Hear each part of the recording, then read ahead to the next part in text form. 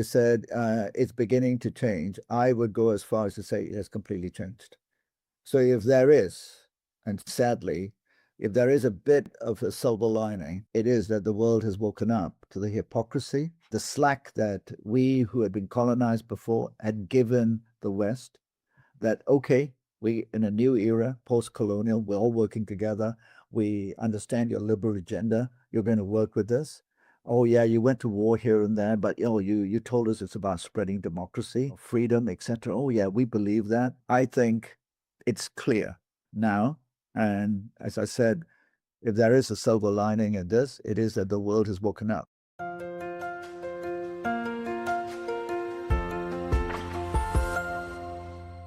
Hello, everybody. This is Pascal from Neutrality Studies, and today I'm talking to Chandran Nair, a Malaysian businessman and scholar. He's the founder of the Global Institute for Tomorrow, an independent think tank based in Hong Kong and Kuala Lumpur. Chandran, welcome to the channel. Thank you, Pascal. Pleasure to be with you. Great having you, because you're on several ones of my mailing lists, or your analysis is one of those that reaches me through several channels. And I thought we maybe start with just a little bit about how you approach geopolitics, because you actually work with it, right, on a professional level. You also have a consulting business, and you work with clients who depend on understanding what is actually happening and who are not that interested in the general media framing that, especially in the West at the moment, is at an insane level. But can you maybe give us an outline of how you approach geopolitics? Well, my interest in geopolitics, as you called it, is framed through the lens of equity and development. And my understanding, to keep it simple, is that current geopolitics is framed by the sort of the empires of the past and the imperialist sort of powers of the past and the hegemonic powers of today, like the USA, etc., trying to cling on to their privileges, which have been essentially accumulated over the last 500 years of European colonization. I mean, we have to remember that Europe essentially colonized North America, and then later the United States, Canada, then there's Australia, etc., New Zealand. And today's geopolitics, as we can see it, is, to put it crudely, is a tension between a small part of the world called the so-called West. It's not a term I coined. It's coined by the Western media whenever they want to say, oh my God, we need to be careful about these others. But these others are actually 85% of the world. And so we have a tension right now between the hegemonic colonial empires of the past trying to retain their power. And so I see it as that. And what I'm interested in is how those geopolitical tensions, which I frame as wanting to retain old power, is affecting and creating wars, destabilization in very many countries that do not allow them to prosper. So tariffs is a type of war, kind of almost the last stand of the Americans to essentially destabilize the world and retain what they think is the right, America first. So that's how I see it. I'm more interested in, therefore, how does Indonesia, with a population of 280 million, perhaps reaching 350 million over the next 50 years, develop? And how is the geopolitics of what I described going to impede that? And what we need is a geopolitics that doesn't impede that.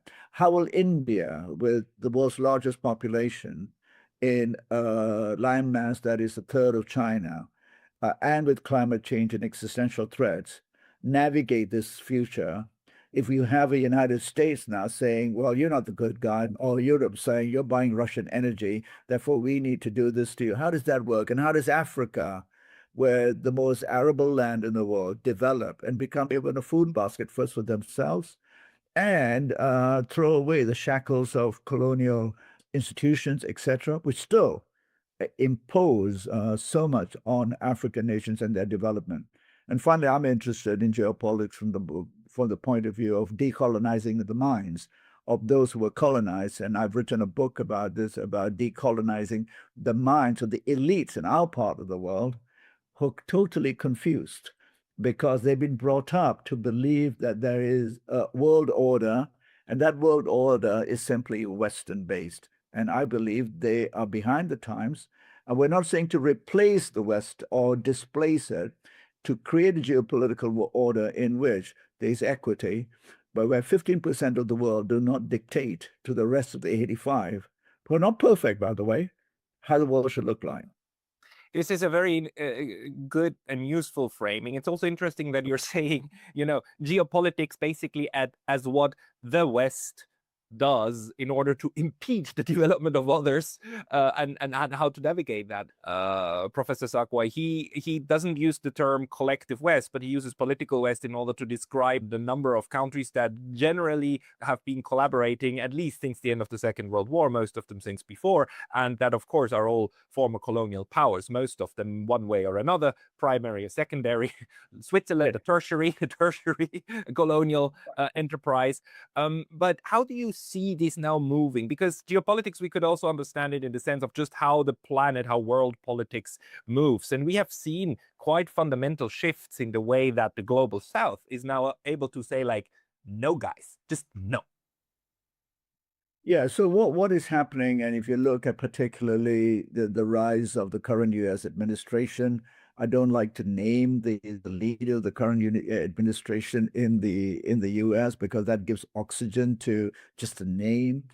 But you have to understand that the sort of almost the right wing, dare I say, almost fascist nature of the current administration of the USA, these people didn't come to power through a military coup.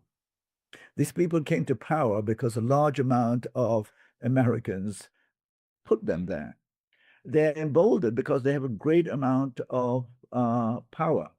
But what is interesting, and you as a European, though based in Japan, will understand is, what is interesting to the rest of the world is to watch how this balance is now be shifting in the nature of European allegiance to the Americans, right? So for a lot of the world, the rest of the world, I mean, I think I can speak from Asia's point of view. We all were colonized. 95% of Asia was colonized, except perhaps Thailand, right? In some way or shape. Bhutan. And Bhutan. And so we understand that many of us are still subservient, the majority, because capture of the mind is deep if after 4 centuries. But we began to understand that Europe understood the empire is over. And Europe began to, understand it needs to be a player. I think it miscalculated by simply joining the Americans in going against China. But that going against China was simply economic fear for the first time in 400 years. A non-Caucasian civilization looked at the West and said, hello, I'm here. And then use what I think is xenophobia, racism, etc. And let's face it, colonization was all about race as well. I describe this in my book about dismantling global white privilege, and it's about economic power. I mean, that's what apartheid was in South Africa as well. So we thought the Europeans understood, but as soon as they found an ally in their most important sort of member of that group of European colonies, etc., the United States, which became so powerful, both economically and militarily, to say, hey, these are the enemies, we can still retain our power, they followed the Americans. Whether it be wars in Middle East, sanctions against this country, they all cling together. So if you open the rest of the world, be it Africa, Latin America, it says, hey, and can I use the word, these white nations always come together. What drives them together? It's a tribal thing about, and what's the tribe? What's the bond? It's colonization. We are superior. We control the resources of the world, which is what I spoke about, what colonization is about. And therefore, we cannot allow that privilege to be eroded in any way. It's deep in the psyche. And then there's other reasons that allow them to morally justify, the heathens, the primitive people. We need to bring religion and civilization to them. So Europe, in my view, many people here believe that Europe, with its long civilizational traditions, etc., would transform. But it didn't. And I'll end by saying, one just needs to look at how current European leaders, including the leader of NATO, who calls the the President of the United States daddy in front of a global audience and is revered, reveres him. And recently, as the current president of the United States goes to Gaza and talks about peace, which we can talk about later, you see the UK president, the UK prime minister standing beside him sheepishly, and at one point even mocked by the president, and then coming forward like a little boy. So you see a new imperial order in which, for the West, in which the United States essentially dictates to Europe, which should know better and should not be rearming as they are. I mean, if 10 years ago you told me that the European Union would abandon its project, which is all about peace, and rearm, and the Europeans would allow the Germans to essentially arm in the way, and the Germans themselves will rearm and be proud of it and have a leader who is so devoted now to, we are a military power, we're going to do all of this, we'd have thought, no, it's not going to happen. And when I discuss this with my German friends, I detect the shift. They also believe we should become a military power. Yeah. 10 years ago, none of them would have been subscribed to this. So I think this is important moment to discuss how Europe has become completely a satellite sort of coalition of nations to the United States arrogance and military ambitions. I'm very glad that you're putting it into these very clear terms. That's exactly how I see it too. And part of the job is to explain how that happened, how this vassalization and this utter subordination, not only of the actual institutions, but also of large parts of the mind, actually happened, which is ironic because that's what the Europeans did with the world that they colonized. And now they're being counter-colonized and subdued and used as a tool. And we see how Ukraine is already the spear tip of this colonized part of Europe, right? And just one thing, like I wonder, when because you know these people for a while, because you've also interacted with them in the Club of Rome, you interact with them in the World Economic Forum. Maybe first, the concept of colonization, one must understand. The Europeans misunderstand colonialism in a really bizarre way. To most Europeans, colonialism is something like feudalism. We all know it was there, we know it was bad, but we stopped it millions of years ago. So it stopped, it's part of the distant past. So why would any reasonable person, today's enlightened, forward-looking, inclusive Europe and North America, where you have, blacks and whites and Asians and, a mix of cultures. How can you describe that as colonial? Can you maybe clean that up a little bit for us? Well, it's a simple term for it is denial. Very few of us want to accept our, past, especially if it's mired in, colonization, crimes, genocide, exploitation. We don't want to. And then we say, but that was in the past. And that's good if we can then say no more. And this is why, for until about a year and a half ago, I go to Europe a lot. I have many European friends. I have friends from all around the world. I always respected Germany a great deal because I thought the Germans are teaching the world that if you commit a crime, you stand up and say, we did this and we are sorry. And I think the Germans did this in an exemplary way with regard to the Holocaust. Yeah.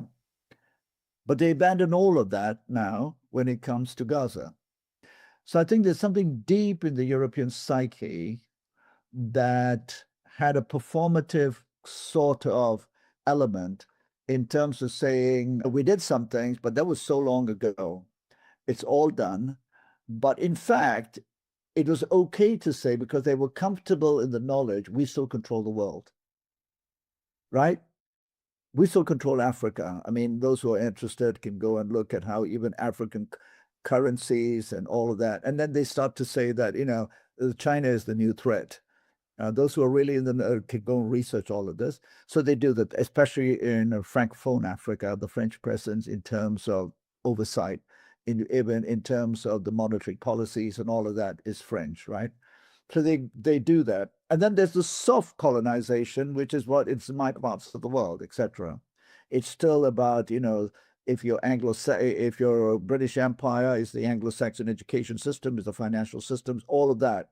I talk about that in my book in terms of dismantling global white privilege, that it's essentially woven into the entire fabric of the post-colonial era. It's all the institutions of the world, it's the financial architecture, it's education, and even down to how you talk and speak in English, etc. So Europeans and so-called liberal Americans were very happy to say that's all in the past. And we all wanted to believe that. Of course, we all want to believe. We want to say, okay, that was in the past, let's move on. And I think the awakening in this part, at least for people like me, for a long time has been, that is superficial. That's why I wrote the book, right? Superficial. But I'll tell you that what Gaza has done is stripped away any sense of others in the world saying, actually, they meant what they were trying to say, that they were building a new liberal order. And what Gaza has done is stripped away the notion that there was a transformation that had taken place, particularly in the West, that was willing to say we will partner with the rest of the world. We may have certain differences. What Gaza has unfortunately done is said, you thought we had changed, but we haven't. We're still the same, because we need to essentially protect the rights of a small minority called Westerners who had colonized many parts of the world.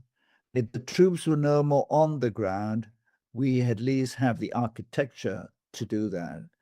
And in Gaza, we saw the most brutal side of essentially the last stand of a white settler community saying, we will not in any way give up our rights to land that has been colonized and is ours, and it was supported. And the ideology of white supremacy resurfaced in ways that were the most brutal and essentially manifested in a genocide. The world has woken up.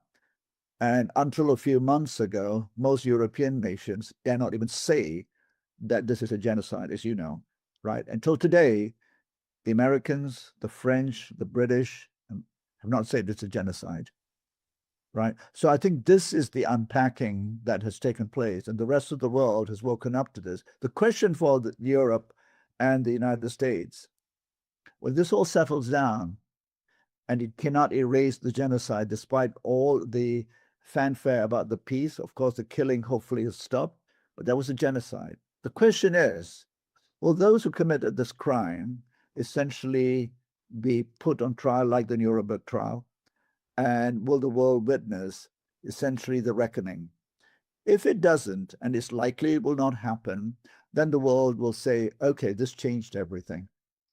And that there is no ability in the global institutions to take to task and essentially put the West on the stand and ask them to essentially say, we pay for these crimes. And it's the same old thing, you win, you write the rules. And if you don't win, you just don't write the rules. So, Germany paid a high price because it lost, but the winner was the West. And in this instance, if Gaza, a war crime, genocide has been committed, who are the winners here? And the peacemakers, apparently the same people who committed the genocide. So they're not going to then, start to take their own institutions to court, or call it the Hague, etc. So this is the complete sort of convulsion consciousness that is, I think splitting many in the West. And I think it's something I've written about, that people will in Europe and the USA will not be able to live this down over the next 20, 30 years. If you're a 30-year-old today, European and American, and you have not come out against the genocide, your children will be asking you in 20 years, hey, mommy, daddy, what did you guys do? Because this will go down as the genocide of the 21st century. That is not to say there are not other terrible things happening in the world, right? But it is an excuse that this is the last stand of a white settler community saying, we are number one, and we will do everything to retain our power. in a sense, it's a moment also of great clarity, isn't it? Like about the trajectory of things. Because if you think about it, the the the genocide on the North American natives is talked away basically as a flu, right? And unfortunate, but it happened. The other genocides also on the, let's say, on the Australian continent are not really part of the global consciousness anymore. They are part now of the footer, the email footer in certain university emails. It's like, I recognize the tribal lands, blah blah blah, which to me is the last and final stage of genocide when you cleanse yourself of the guilt of the past.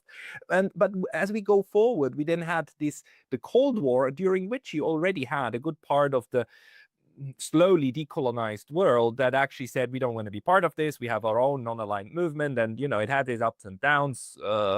And you could then go forward into the unipolar moment, during which really there's this sense of impunity on the Western side, leading to bombing of Serbia, to the invasion of Iraq, to the bombing and dismantling of Libya, of Syria. I mean, the entire West Asia. But there was always this veil of humanitarianism over it, including like the responsibility to protect, the ability, the power to frame the global discourse in a very, very Western-centric narrative and self-serving narrative.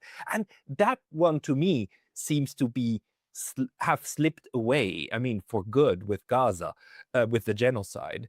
How do you see this progression of, like, crimes against humanity, and how they're just harder and harder to hide? Yeah, I mean, one needs to, because we are talking about this moment and the crime of putting it in Gaza and putting it in context, for your viewers, I want to just be clear. I'm not saying that other terrible things haven't happened in other societies, but I have said, and it's in the book as well, but in terms of duration, scale, intensity of violence, nothing matches the scale of European-led conquest around the world, going back to Latin America, from the Incas right through then to, as you said, Native Americans, etc. Right? Nothing compares. And we see it again, the Second World War and all of that, the wars in Vietnam.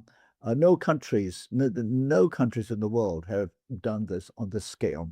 The last 70 years has been led by the United States, supported by the Europeans. We've seen that from Hiroshima, Nagasaki, a war crime by any standard, all, as you said, just, footnotes now in terms of those were bad people. So to your point, I think this denial has been, they call it history, because our story has not been written. I call it, there is our story and there's his story. This version, not mine. Uh. A bit his. Like white man's his story. Yeah. We would call it her story too, so to be gender neutral. But it's not our story. So if you read, there's very few books written by the victims of 400 years of colonization that describe all of this. There are few that many would know. And even those been written by Europeans and Americans. So what's happening now is people in this part of the world, Africa, etc., are writing their books, but they don't make the bestseller lists because the New York Times is not interested in this. Occasionally, they'll put a few things out. So what has happened is that the Gaza events and what's happened to China, what the conflict with the tensions in China has really opened the world to, my God, these guys have not changed. And I put it in the simple terms. So to answer your question, I belong to a few international organizations. And yes, you can imagine, these international organizations are typically dominated by Europeans and Americans, which tell you something again, 15% of the world, but they dominate this discourse. They dominate the narratives too, because people like us are meant to be subservient. And we're talking now about organizations like the World Economic Forum, right? This kind of type. All of them, right? They're dominated. So when Gaza appears, there are a few people like me, and you have to understand that many even Asian elites and African elites do not yet have the confidence to speak about these things. and are subservient. So Asian elites, particularly business leaders, etc., have such subservient, they may be extremely wealthy, but they can be punished if you go against the narrative. So I've said that, many Asian elites, political, academic, and business, are essentially subservient and seek association and the privileges associated with those associations with Western institutions. You graduate from Harvard, you're not going to call it the Flat Earth Society. You're not going to use all of this because you lap it up. And even subconsciously, some are conscious, it's a calculated move because I get punished, but others are deeply entrenched. But many Westerners don't understand how that subservience takes place. It's complete colonization of the mind, and I describe it in my book. So what happens then is Western elites think, well, they all support us. So coming back to the associations I belong in with Gaza, I was one of the few Asians who was willing to speak up. I know elite Asians, commentators, who will not write about this because their paycheck, speaking engagements, etc., is associated, the bigger paychecks associated with Western institutions. No one wants to hear you talk about this at a financial conference. I do, and I've written about it. But this has created great discomfort in the associations I belong in, where Europeans and Americans have invariably kept quiet. Elites, well-known personalities, I will not name them, because they are either scared or they do have that fear that and support somehow this notion that the Gaza genocide is not a genocide because of this, and this. And that famous question then, do you support Hamas? The question that's meant to kill every discussion, right? So they are completely conflicted and don't know. So to your point, I was just this week in an exchange in a group, and I said the point you said. The Gaza conflict is not something that I feel I need to essentially follow a narrative that Europeans are so scared of, that the moment you criticize Israel and the Zionists and the evangelical base in the United States that, believes in the return of Jesus and all of that sort of things, that are anti-Semite. I remind them, I come from Asia. My parents were born in colonial Britain. Deprivations of the colonial reign took them to different parts of the world. I'm not saying India was perfect, but India did not decline, and there are many books written about it now, in the way that colonization basically plundered the nation. So I'm Asian. As far as I know, my history, our history, not his story. Asians did not kill 6 million Jews. Europeans did. So don't call me an anti-Semite. It's water off a duck's back. You cannot bully me with that trope. But the Europeans have all been bullied by this. The moment you say to a European or an American, you're an anti-Semite, everyone runs for cover. You can't do that to me. And then I made the point that the Holocaust was one of the worst crimes, but it is one of several committed over 300-400 years across the world. Native Americans dismissed as flu. Very few people know how many Native Americans were killed. It's very interesting. You don't know those numbers, but you have to do research. But talk about the amount of people killed in China at such and such a time, and they can take it down to the 2 decimal points, the amount of people killed. Or you want to talk about Rwanda, and something happened 200 years ago in India, they got all the numbers.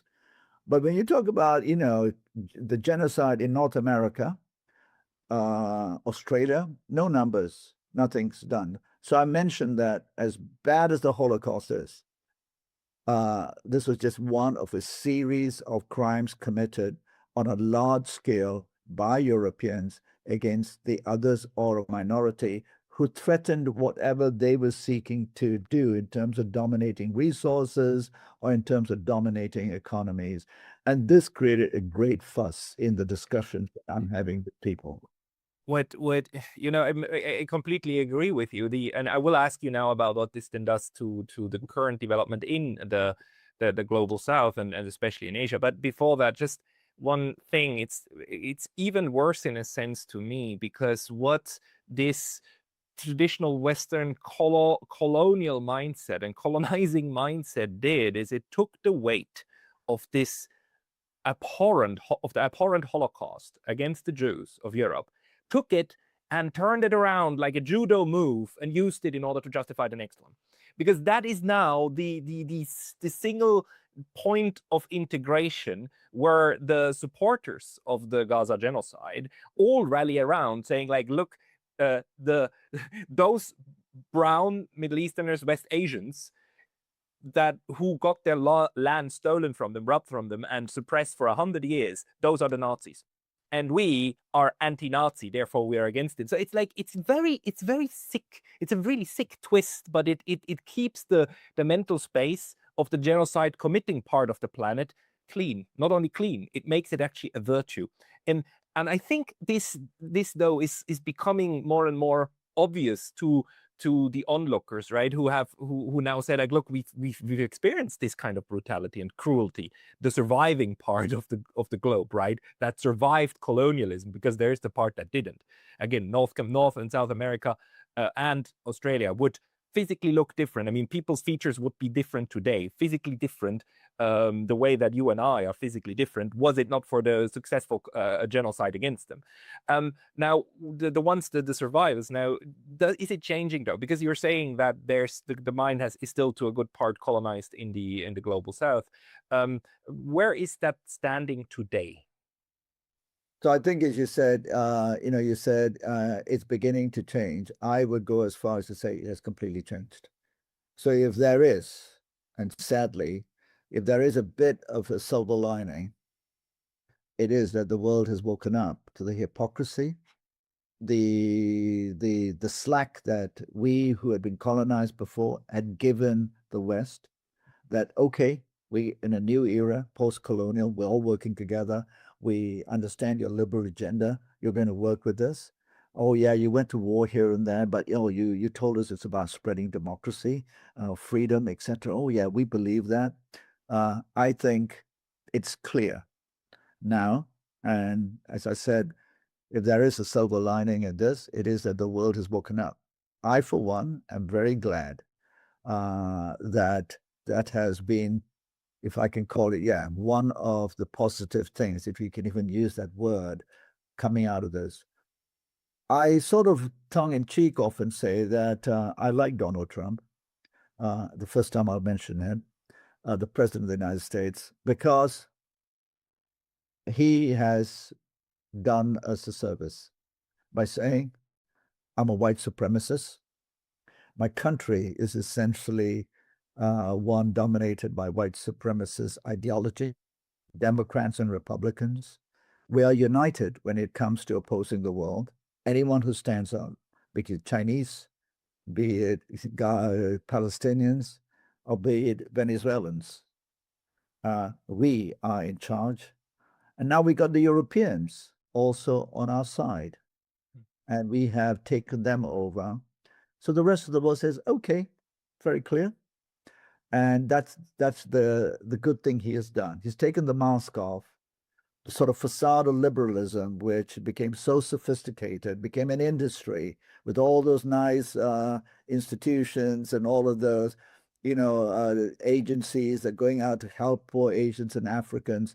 To your point, the Tarzan and Jane savior. We'll go to Africa, we'll speak to the apes because they've been there for God knows, since the start of time, since human beings, appeared on the continent. But me, Tarzan and Jane, we know how to speak to the apes, and we will come and save you.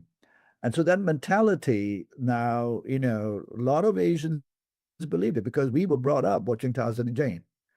We were brought up watching John Wayne, civilized Joe Armstrong, and Sitting Bull. We were brought up on all of these things. The good thing about this time is the world has said no more. We understand now. And that has been the only sort of green shoots coming out of the brutality of what we have seen in Gaza, but also what we've seen with the constant war of attrition against any nation that is willing to say, we have a different view of how the world should be and our own development. And at this time, in the last 10 years, that only one nation has been able to stand up is China. And I know you talk a lot about China as well. So I think this has been the outcome, and the world has changed. And for people interested, my good friend Pankaj Mishra has written a good book called The World After Gaza. I have written a couple of articles, but there are many others. But few Westerners, intellectuals, have been prepared, except for people like Jeffrey Sachs, etc., who've been outspoken about this. The Western public intellectual has disappeared. I mean, they're still there. They're not on the airwaves, right? They're on these kind of podcasts because this is the space where you can go. They have no space. Those who speak up have been essentially marginalized. They can't appear on BBC or CNN because right. The fascinating thing about the era we are going through is that really the liberalism of this supposedly liberal society is so autocratic that it even manages to get rid of former top people. And just sorry, as a segue, I had on this channel the former military chief of NATO, Harald Kujat, German, the military leader, not the civilian, the military one, right? And that guy has been very outspoken in saying what we are doing in Europe with Russia is suicidal because, look, if we put our troops all the way over there and we ostracize them, blah, blah, blah, blah, then of course there will be war. Of course, naturally. That guy cannot, and he literally told me, I was invited to a TV show. I told them, you understand, I'm persona non grata. Guy said, like, no, it's fine, we want you.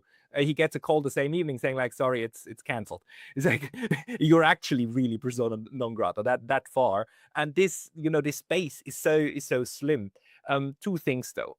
A, how do you evaluate from this war, this structural war between Russia and the West, or the political West? Is there also a colonial component to it, as you see it? And secondly, how are now the global South countries dealing with that? I mean, you said like people are still afraid and so on, but this will induce change, right? And it must already lead to a rethinking of how to interact with that political West.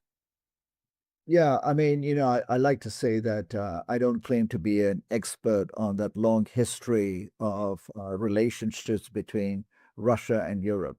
But I can say that I've been following this for the last 15 years, not just the Ukraine dimension of it, but the whole thing. I can't name the company, but I sat on the global advisory board of a very large German company for about 6-7 years. 8 years ago, we had a board meeting, and I remember the board chairman saying that rising tension between Europe and Russia will be a complete crisis for Japan, for Germany, because of energy. And that this is the most ridiculous thing we are doing, and we should find a way to negotiate.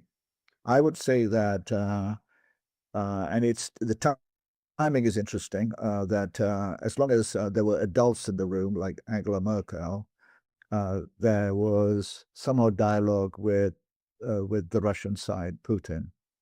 But I don't know, can't exactly how many months, but a few months after Angela Merkel stepped down as chancellor, the war broke out because the adults had all left the room, right? So I'm not going to take sides on Russia, etc. But what I do know, to your point, is that most people in the world do not see it the way Europeans see it, that there's evil Russia and there's the good guys in Ukraine. People don't, because as I say in certain things I've written, that we've seen this movie before in the colonized world. We've seen it. The demonization of those people, these are good. We know much of this is lies. That is much more complex in that way, or much more simple. And I think anyone who is objective and looking at the facts will know that the Russians have said for a long time, please do not come closer, right, with NATO. And NATO kept, and I think it's very clear to everyone that NATO is part of the American military-industrial complex, which is not something that, 10 years ago, if you talked about the military-industrial complex, which now includes media, academia, etc., you would say, this is some sort of lefty, must be from that Che Guevara camp or something like that, and they're not real. Well, today, everyone understands it's real. It's one of the most powerful economic groups in the United States. It controls everything. Many in the House and Senate have essentially vested interests in terms of economic interests in the military-industrial complex. They don't need to declare all of those. So the military-industrial complex rules as part of the deep state. So what we see is that military-industrial complex started to essentially threaten Europe, and it now got its way. I think 5% GDP for military consumption, etc., will go to the military-industrial complex. And so the rest of the world looks at this and says, we've seen this movie before. I think no one supports war. No one supports invasion. But everybody understands the context. And it's simply put in this way. If the Russians or the Chinese built military bases in Mexico, or let's take Venezuela, there'd be full-out war led by the United States in Latin America, or in Cuba, as it nearly happened. And so, we understand that. And so people are more neutral, non-aligned on it. But no one goes out and says, not everyone goes out and says, the Russians made a mistake. And you can see a nation like India, which has been heavily criticized for being neutral and buying Russian oil. And there are many videos, which I'm sure you've seen, where the Indian foreign minister is repeatedly asked in Europe, so when are you going to stop buying? And he says, actually, we buy much less than you guys in Europe. You're fighting them. You're asking me not to buy, but you're actually buying more. And you're still reliant on this. So I think this part of the world, it's non-aligned. We don't buy that the Russians are evil and the Europeans and the Ukrainians are good. Everyone like to see it stop. And that's partly because we know this game. We've been played this game before. And so I think that is important to understand. And I wrote a piece within 6 months of the war, mentioning censorship as well. People like me also, public enemy #1 on the main platforms. I didn't used to be, but now I can't get invited on some of the channels. In Asia, I am. I used to write for some of the leading international publications, no more. Because the moment you put a more balanced account. But I got someone from the Nikkei to say, editor, I'm tired of this bias. I know, Chandran, you will have a different view. Can you write something? So anyone's interested, they go and take it. And from this part of the world, the view is simply this, that wars are evil when the victims are white. And wars are okay and justified if the victims are brown, and we can call it undemocratic states, which we're trying to civilize, And that article went viral once it was posted, because it basically called out what many of us think: all wars are bad. No one should get killed. Aggression by a larger state on a smaller state is not good, whatever the provocation. But we live in a world of geopolitics. Provocation leads to terrible outcomes. But the reaction in Europe was so strong, yet nobody had the same reactions at the Iraq war to stop it. CNN and BBC didn't, Libya, and all of these things. not to mention the other stuff that's going on, and look at the coverage on Gaza. And I wrote that piece, and I think a European reaction to it's our continent, and unwittingly, certain Western reporters had said, these people are down, they're just like us, blonde, white people, betraying a deep racist attitude, because if they're brown, Arabs, etc., or black, who cares? And that's something that I think we see as deeply racist, underlying much of this kind of view. But no one wants war. Yeah, no, I completely agree. I mean, these were shocking statements made on BBC and so on by reporters who were just speaking from their heart. So that they actually meant it. That's just the way they thought. They betray the country. I must say though, the ability of Europeans in general, like white, to be racist is even higher than that, because we manage to outrace certain whites. The Switzerland's biggest racist problem in the past, and even still now, I would argue, is towards Serbs, Croats, Bosniaks from the former Yugoslavia. And I once showed a picture of my best friends who are Croats and Serbs to my Taiwanese friend, and then he looked at me and said, "What, Pascal? They're white." It's like, yeah, we manage to be racist even to fellow whites if we find the right reason. But in this sense, this war-making capacity always goes hand in hand with strategically deploying racism. Also, the way that when the Jews were genocided by the Germans, they all depicted them as this kind of very outlandish figures, right? And this actually continues now with the Russians and so on. So this whole masquerade of this liberal era of having overcome racism, of being inclusive and so on, it's all for nothing. It's all a big make believe in order to sell the story that everything's better now. Remember, multicultural, we inclusive, and all of that. Again, there's an industry, but can I just add one point here that also for your viewers, right? Racism exists all over the world, right? We should acknowledge that. And there are many reasons for that. It's part of the failings of the human condition. I think some parts of the world will improve. So there's racism in India. And whenever I talk about this, Westerners and say, oh, there's racism here. Absolutely true. The only difference is very few nations, big or small, and I don't call it the global south, we can have a different word for it because I think it's a patronizing term coined, and I've written about this. I'll send you the article about it. But the difference is that no other nations have gone about large-scale, persistent, and with extreme violence to inflict harm on others based on their race and diminishing them as human beings, as the Europeans have around the world. And then it became part of the deep-rooted way of thinking, and then it became part of almost a psychological way. So I want to be clear, racism exists in India, Indonesia, parts of Africa, but none of them have inflicted harm on others on this scale.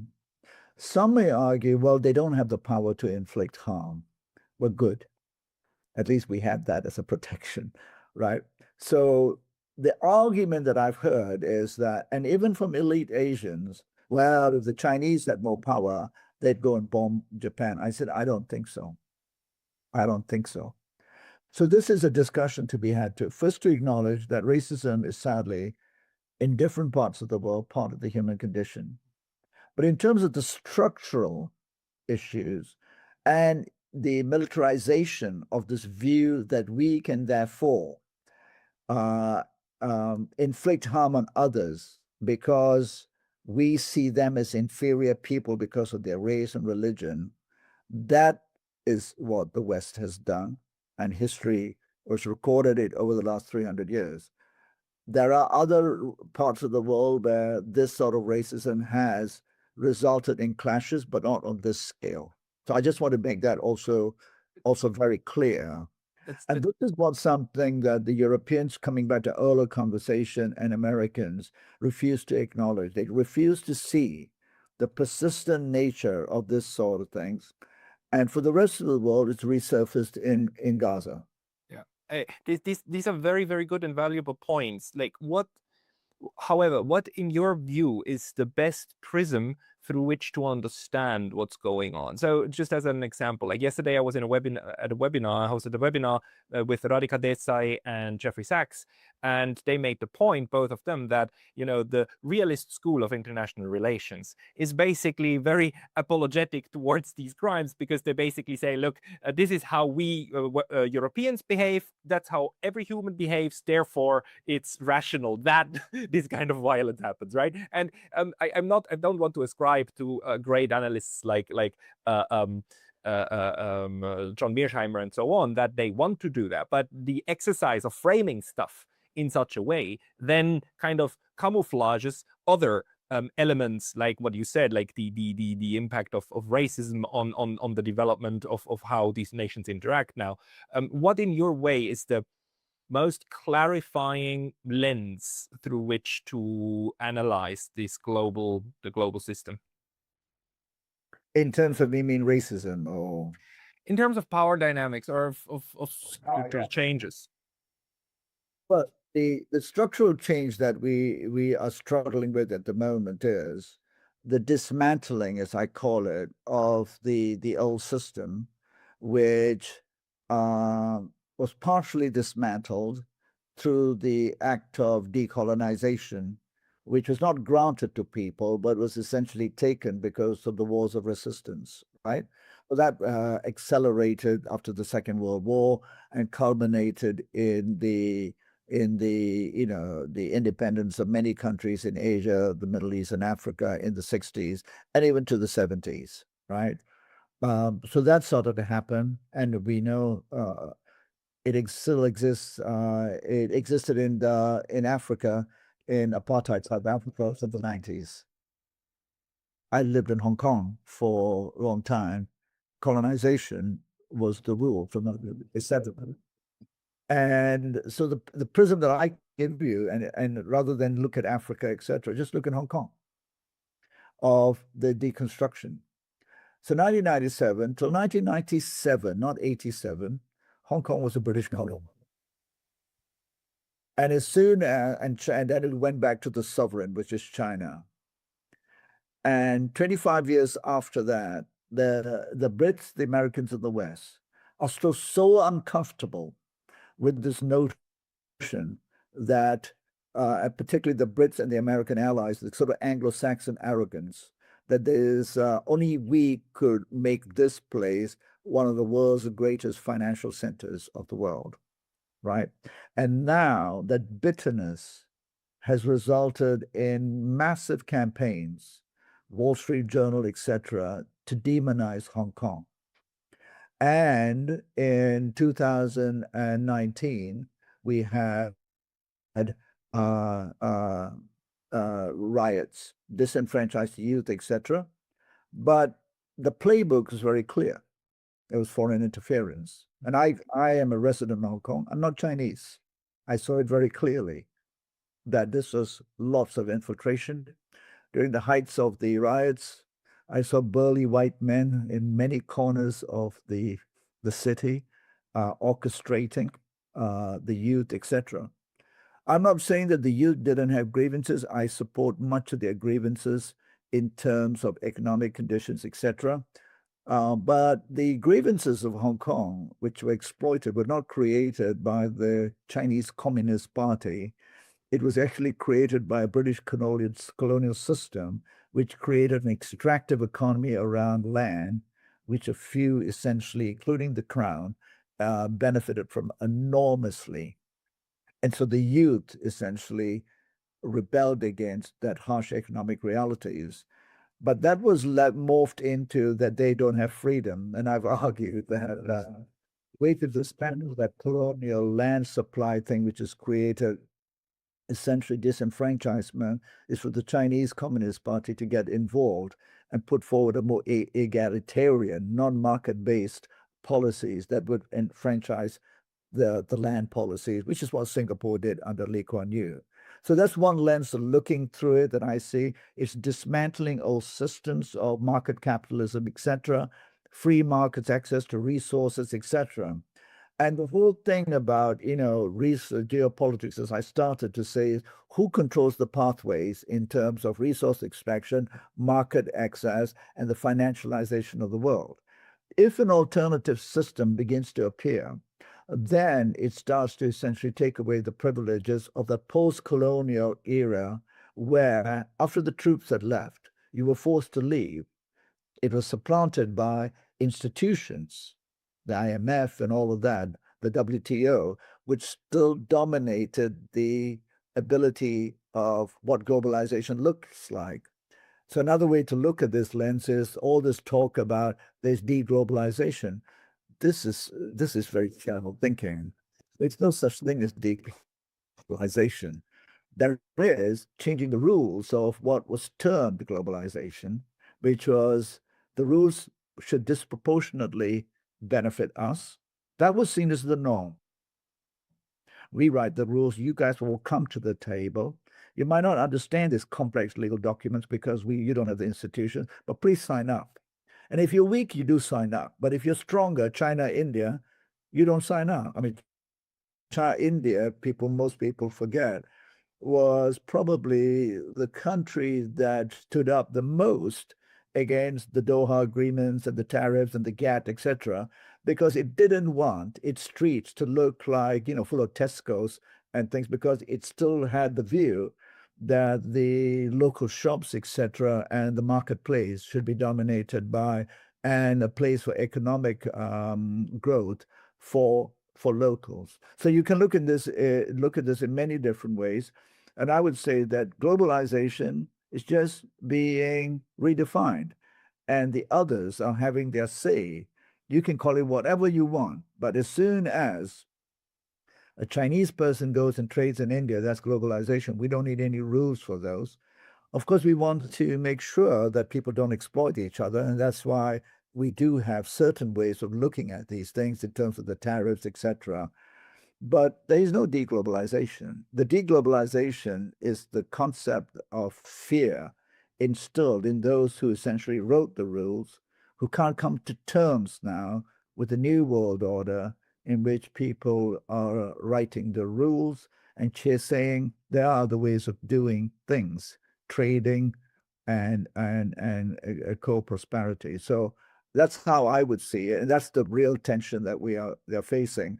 And I've spoken a fair bit about the tariffs are essentially, again, a favor that the US president has done by waking the world up to that old system doesn't work. And he's reacting because that system is fraying as other countries look to do different things. And that globalization that they were so much wanted, the economic powers in the USA said, we don't make phones anymore. We make it in China.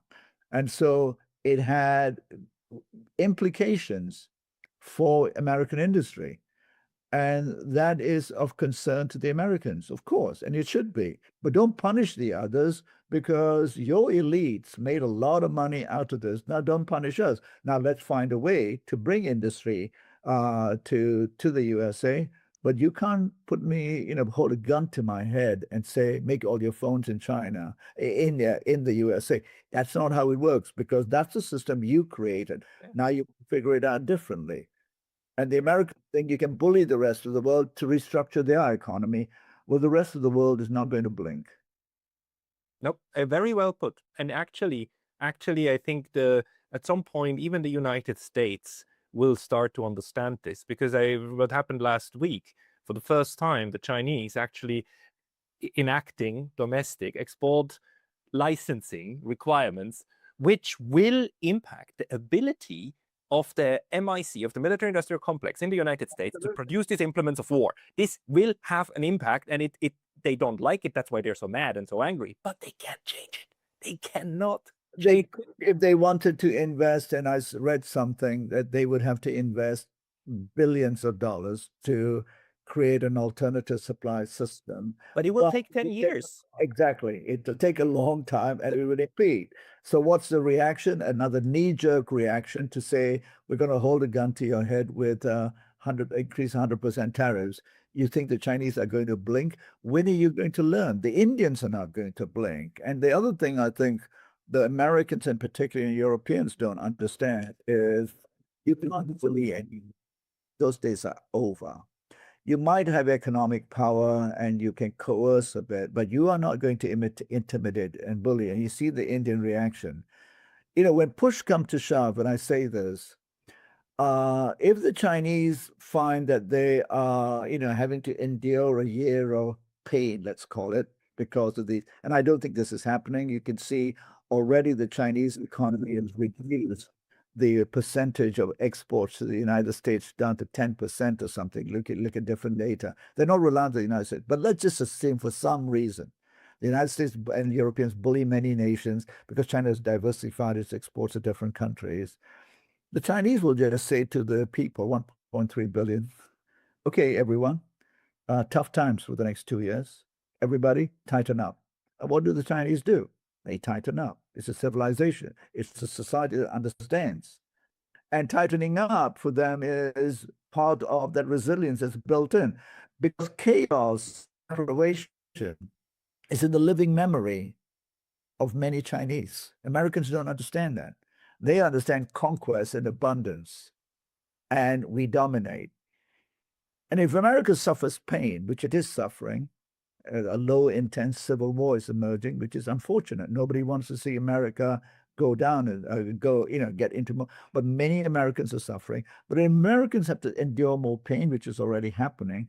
The first response of the administration, and not just the current administration, is to punish the rest of the world, to redress the cause of that pain, because it's others who are writing the rules and beginning to take care of their destiny.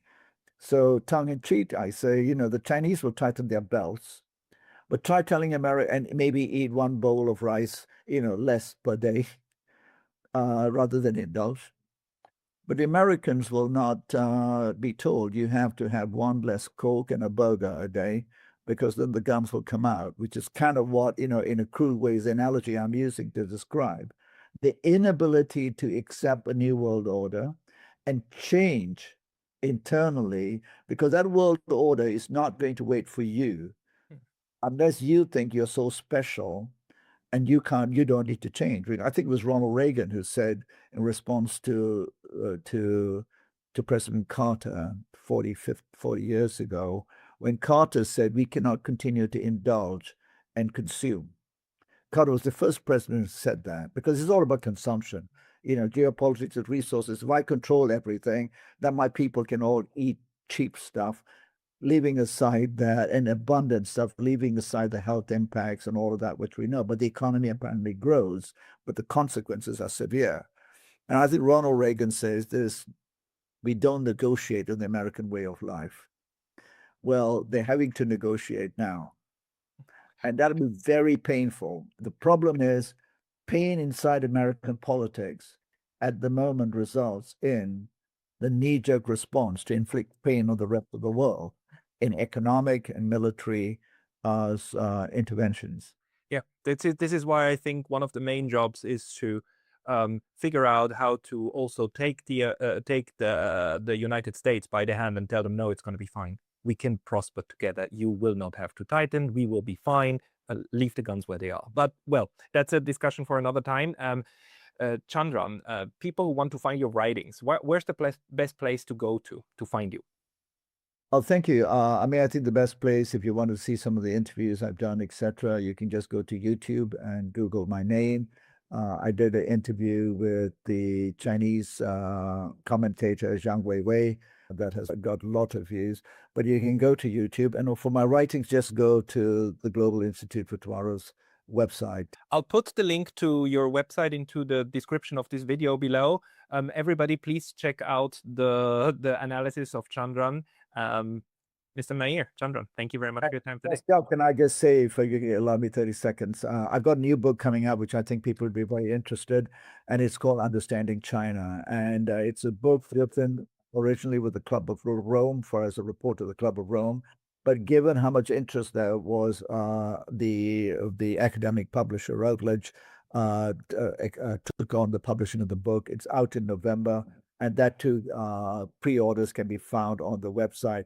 I just say that the book is called Understanding China, and it's not about criticizing or praising China. Most books on China either say China is great, and then the others just criticize it. This book essentially does not do either. It says, this is China, you figure it out, and gives you a lot of data. And is written in a simple way so that the average reader, so it's not an academic tone, can understand and they can come to their own conclusions. You know what we do in November once it's out? Write me again. We do either another talk or a panel together with one or two more colleagues in order to discuss China, because this is a pivotal topic. So pivotal. Chandran Nair, thank you very much for your time today. Thank you for having me. Enjoyed it. Thanks so much. Take care of yourself. Bye-bye.